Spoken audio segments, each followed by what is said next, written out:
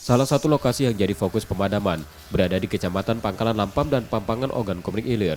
45 petugas Manggala Agni dari Daops Oki dan Lahat masih berada di lokasi untuk melakukan pemadaman darat.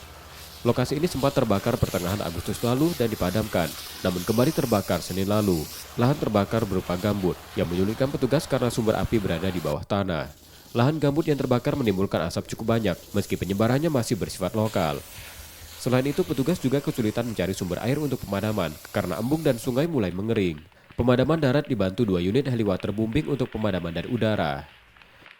Lahan gambut dan dalam, jadi ada beberapa kesulitan. Satu, karena gambutnya sudah termakan, walaupun masih dalam sekitar 30 sentian gitu, tetapi itu menimbulkan asap yang lumayan besar, tetapi masih sifatnya lokal, nggak nyampe kemana-mana, tetapi itu perlu kita antisipasi juga supaya segera clear.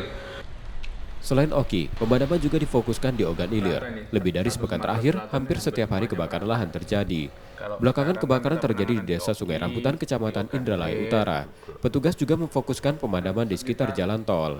M. Rizky Nurmizan, Kompas TV, Palembang, Sumatera Selatan. Ini yang menjadi panduan masih seperti ini, kemudian